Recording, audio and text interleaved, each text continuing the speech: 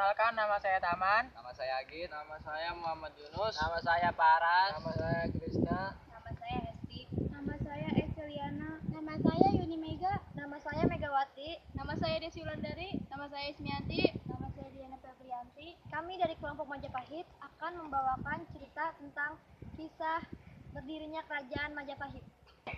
Diceritakan Raden Wijaya yang merupakan keturunan dari Kertanegara dihadiahi tanah di hutan Tarik oleh Jayakatwang. Beserta dengan para prajuritnya, ia sedang mencari lahan yang cocok untuk mendirikan sebuah kerajaan.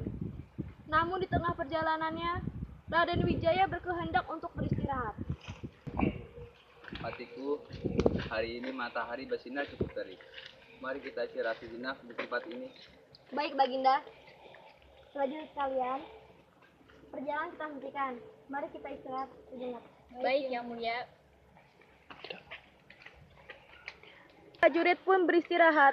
Sembari beristirahat, beberapa prajurit membabat hutan dan ada juga yang mencarikan makanan berupa buah-buahan hutan untuk Raden Wijaya dan untuk yang lainnya. Wahai prajurit, apa ada buah yang dapat dimakan oleh Baginda? Ada, Yang Mulia. Baginda, ini ada sedikit buah maju untuk Baginda makan. Oh, terima kasih Patiku. Memang saya sedikit lapar.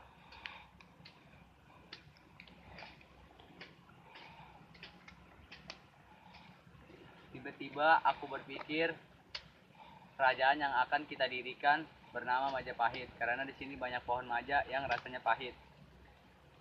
Akhirnya, pada tahun 1293, didirikanlah kerajaan Majapahit yang terletak di selatan Sungai Brantas yang terpusat di Trowulan, Mojokerto. Setelah kerajaan Majapahit berjalan, Raden Wijaya memiliki patih yang bernama Ranggalawe dan Lembusora. Diceritakan Raden Wijaya bersama patihnya sedang berada di ruang kerajaan. Wahai pati-patiku, berjanjilah kalian akan setia kepadaku dan rakyat Majapahit. Apakah kalian mengerti? Iya, mengerti. Usai mengobrol di ruang kerajaan, Ranggalawe dan Lembusora merencanakan pemberontakan untuk merebut tahta kerajaan dari Raden Wijaya. Temanku, aku tidak puas dengan kedudukan yang diberikan Raden Wijaya padaku. Aku sudah tidak sabar untuk merebut tahtanya. Benar, aku juga. Dan ada banyak prajurit yang ingin membantu kita.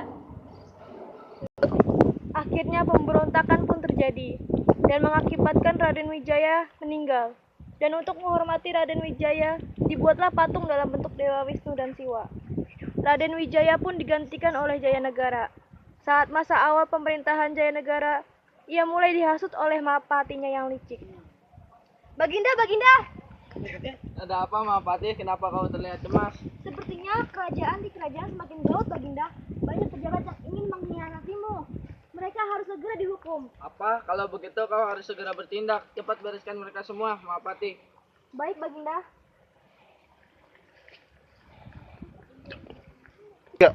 Seiring dengan berjalannya waktu, akhirnya Jayanegara sadar akan kesalahannya. Mempercayai sang Mahapati begitu saja. Akhirnya Jayanegara memutuskan untuk menghukum mati Mahapati tersebut.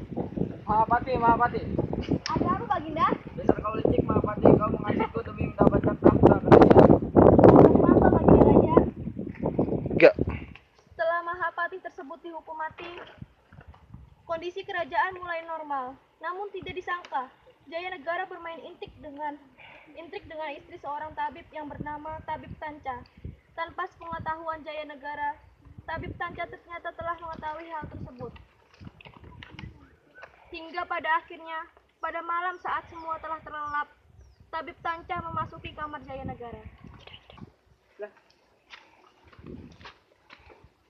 Hai Tanca, ada apa gerangan malam-malam kau ada di kamarku? Kau usah berpura-pura. Aku telah mengetahui keburukanmu. Kau telah berselingkuh dengan istriku. Aku sudah ditahan dengan Kueni Jayanegara. Kau sudah tahu akan hal itu. Maafkan aku Tanca, aku telah membohongimu. Aku tidak bisa memaafkanmu Jayanegara. Kini telah saatnya aku membunuhmu. Untuk mati bersiaplah Jayanegara. Setelah peristiwa pembunuhan itu terjadi, Jayanegara digantikan oleh sepupunya, Tribuana Tunggadewi Jayawardhani. Di dalam masa pemerintahannya, banyak terjadi pemberontakan. Salah satunya adalah pemberontakan di Sadeng dan Kuti tahun 1331 yang tercantum dalam kitab negara Kartagama, dan pemberontakan ini berhasil ditumpas oleh Gajah Mada. Atas jasa-jasanya, Gajah Mada akhirnya diangkat menjadi Patih Mangkubumi. Kau telah pemberontakan di Sadeng dan Kuning. Aku sangat berterima padamu dan berbakti pengabdianmu terhadap kerajaan. Aku mengaku menjadi Patih Mangkubumi.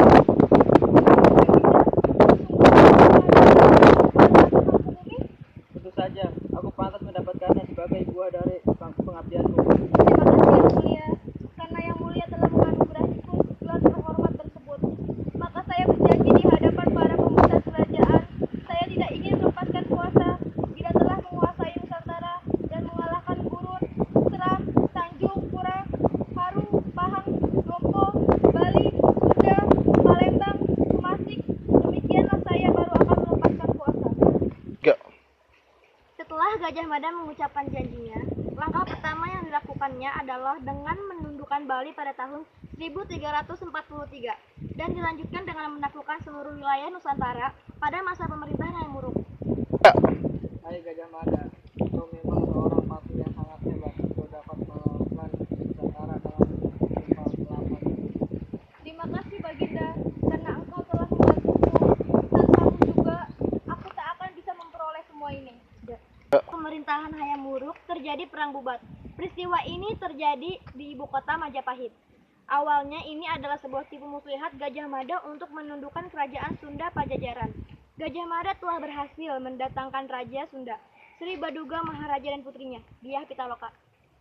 Maaf patiku, kukira usiaku kini sudah cukup dewasa. Melihat putri dari Sri Baduga Maharaja, aku ingin meminangnya.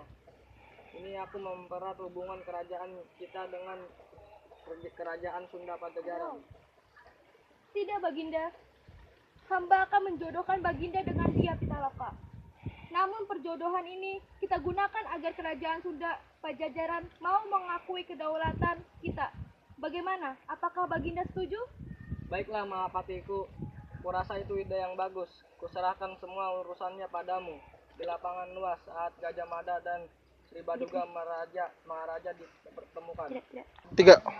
Hai Sri Baduga, Rajaku Hayam Wuruk ingin meminang putrimu. Namun kau harus mengakui kedaulatan Majapahit. Apa kau setuju? Aku tidak setuju.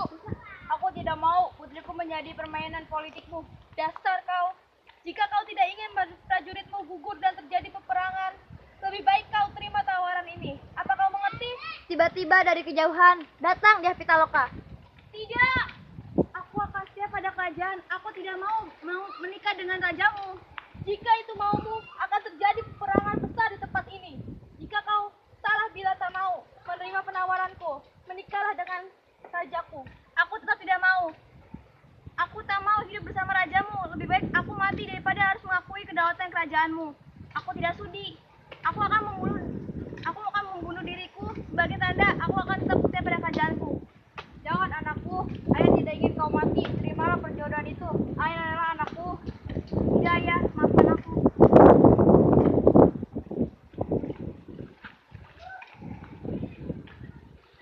Sri Baduga tidak dapat menghalangi keinginan putrinya, dan Dyah Pitaloka pun mati. Kau harus mengakui kedaulatan Majapahit. Aku tidak akan sudi. Sekali lagi, kukatakan, jika kau tidak ingin kerajaanmu binasa, lebih baik kau mengakui kedaulatan Majapahit. Tidak, demi mempertahankan kehormatan kerajaan. Aku dan rakyatku akan berjuang sampai titik darah penghabisan. Baik jika itu keputusanmu. Peristiwa itu pun berakhir dengan gugurnya Sri Baduga, para menteri, pejabat, beserta segenap keluarga kerajaan Sunda. Kerajaan Sunda pun binasa di lapangan bubat, sehingga disebut perang bubat. Patihku, terima kasih selama ini. Kau telah mengabdi pada kerajaan. Jasamu akan dicatat oleh sejarah. Walaupun kini kau sudah tak menjadi patihku lagi. Saya akan tetap dan selalu berjuang demi kerajaan Majapahit. Kondisi ekonomi masyarakat Majapahit terbilang masyhur.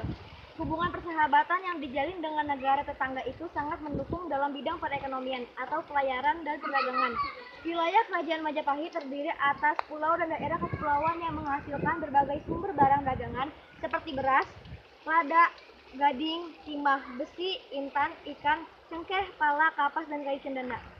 Dalam dunia perdagangan, Kerajaan Majapahit memegang dua peranan yang sangat penting, yaitu sebagai kerajaan produsen. Majapahit mempunyai wilayah yang sangat luas dengan kondisi tanah yang sangat subur, sehingga Kerajaan Majapahit merupakan produsen barang dagangan. Sebagai kerajaan perantara, Kerajaan Majapahit membawa hasil bumi dari daerah yang satu ke daerah yang lainnya. Setelah beberapa lama Majapahit berjaya, ternyata tibalah masa keruntuhannya. Karena kematian Gajah Mada dan ibunya, Tribuwana Tunggadewi Hayam Wuruk kehilangan penasehatnya dan menyebabkan kerajaan menjadi gunjang-ganjing. Persaingan dan intrik politik di antara keluarga kerajaan pun terjadi setelah Hayam Wuruk meninggal pada tahun 1389. Salah satu penyebab lemahnya kerajaan Majapahit yaitu adanya perang saudara antara keluarga kerajaan. Wardani, kau yang pantas menjadi raja, bukan suamimu. Dia tak pantas menjadi raja. Kak, bukan maksudku untuk tidak menjadi raja, namun aku tidak siap menjadi raja dari kerajaan ini, Kak. Apa? Kau tidak siap? Kau siap jika kau mau. Karena ini memang hakmu, bukan hak suamimu. Istriku, jika memang kau tidak siap menjadi raja, aku siap menggantikanmu. Apa? Kau bangga sekali mengatakan itu. Bila kau menjadi raja, aku yakin kerajaan ini akan runtuh.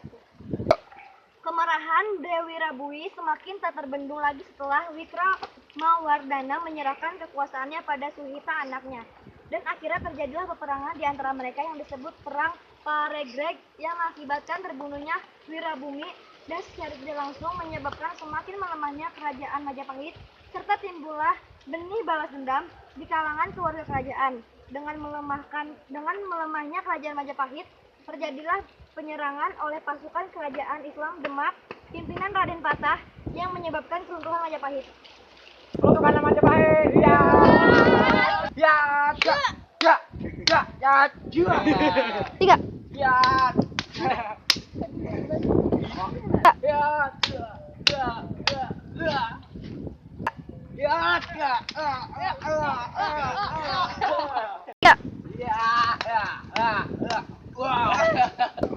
Sekian dan